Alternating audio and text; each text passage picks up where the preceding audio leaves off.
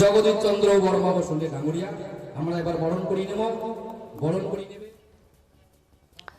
তপশিলি সংলাপের উদ্যোগে দিনহাটা বিধানসভা ভিত্তিক ভূমিপুত্র সমাবেশ দিনহাটায়। শনিবার দুপুর দিনহাটা বিধানসভার অন্তর্গত মোক্তারের বাড়ি উচ্চ বিদ্যালয় মাঠে এই সভা আয়োজিত হয়েছে। সভায় উপস্থিত ছিলেন উত্তরবঙ্গ উন্নয়ন মন্ত্রী উদয়ন গুহ, কোচবিহার জেলা তৃণমূল কংগ্রেস সভাপতি অভিজিৎ দেবভৌমিক, চেয়ারম্যান গিরীন্দ্রনাথ বর্মন, প্রাক্তন বিধায়ক হিতেন বর্মন সহ আরও অনেকেই। সামনে বিধানসভা নির্বাচন, তার আগে সংগঠনকে শক্তিশালী করার পাশাপাশি বিজেপির বিরুদ্ধে আন্দোলন গড়ে তোলার ডাক দিয়ে এই সমাবেশ বলে জানা গেছে।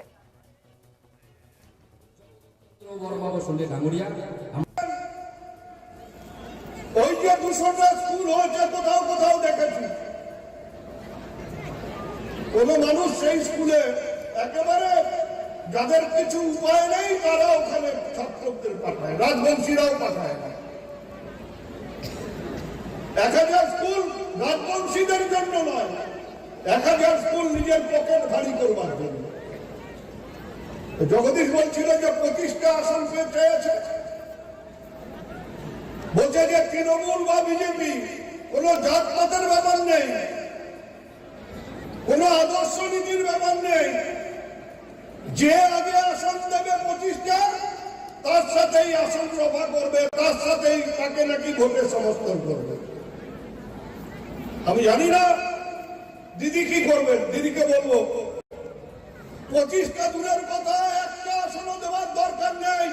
ওর যদি হিম্মত থাকে 25টা আসনে দাঁড়িয়ে প্রার্থী জেতা চ্যালেঞ্জ করে বলছি। একবার লোকসভা ভোটে দাঁড়িয়েছিলেন, 12 লক্ষ ভোটের মধ্যে মাত্র 32,000 ভোট পেয়ে জামানত জব্দ হয়েছিল।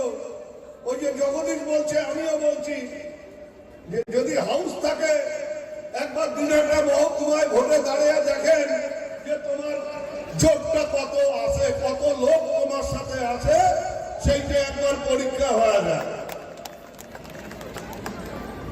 এরা হচ্ছে মানুষকে ভাতা দেওয়ার জন্য, রাজবংশীদের কথা চিন্তা করে না। রাজবংশীদের কথা যদি চিন্তা করত তাহলে ওই শ্যামকান্তি বর্মন, যাকে নির্বাচন কমিশন মৃত হিসাবে ভোটার তালিকায় যাকে দেখিয়েছে, তার জন্য প্রতিবাদ করত।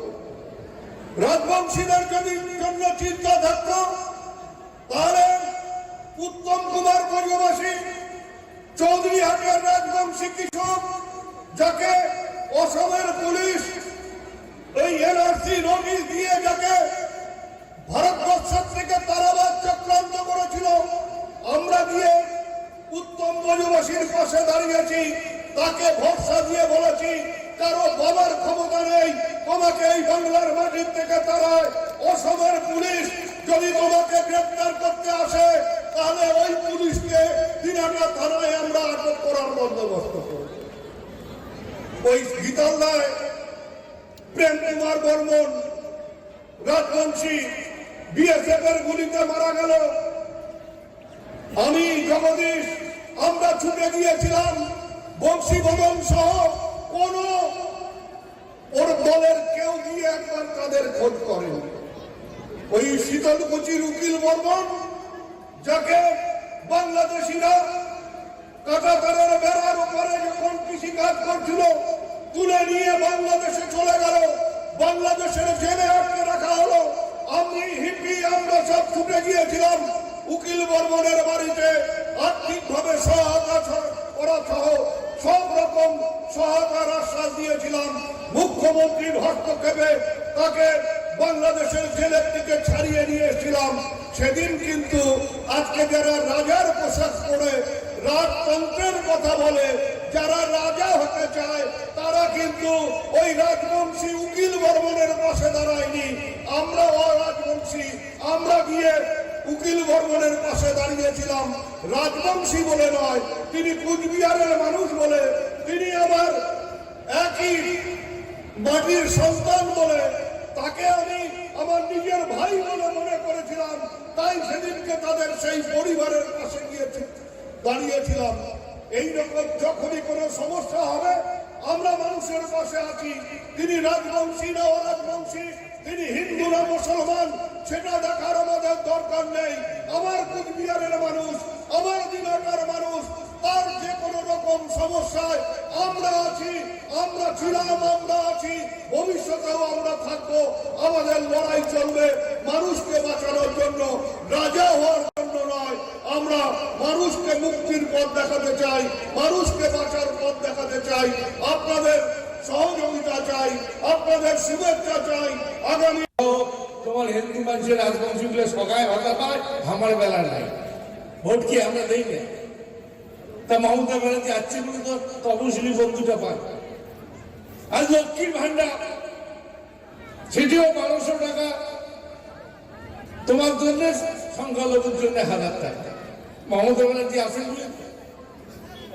তাহলে আজকে এই যে এত কুচবিহারের পঞ্চানন বর্মা বিশ্ববিদ্যালয়, আরে রাজবংশী করে শিখলেন।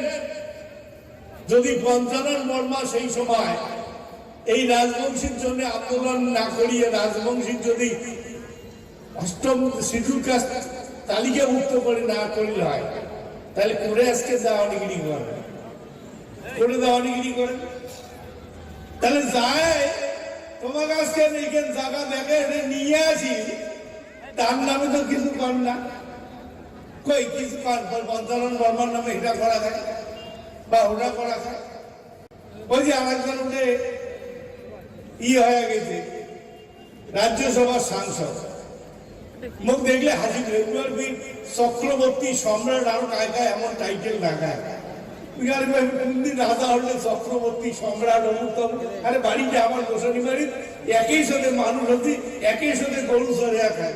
দিদির বাড়ি মোর বাড়ির বড় দিদির বাড়ি। হাসো চক্রবর্তী সম্রাট মহারাজা অনন্ত রায়, শুনলেও হাসি লাগে। সাংসদ চায় সংসদ একেবারে টুপি পরিয়া একেবারে মহারাজা সাজি থাকে। এটা আমাদের রাজ পরিবারকে অপমান করা হয়, আমাদের কুচবিহার মহারাজাকে অপমান করা হয়। মহারাজা ছাড়া কারো টুপি পরার, এই পাগড়ি পরার অধিকার নাই।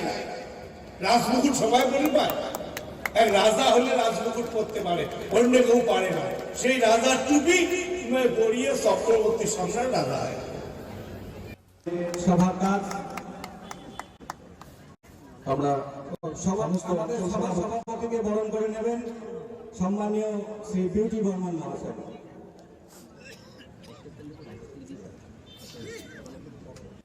সভার কাজ আমরা সভাপতিকে বরণ করে নেবেন।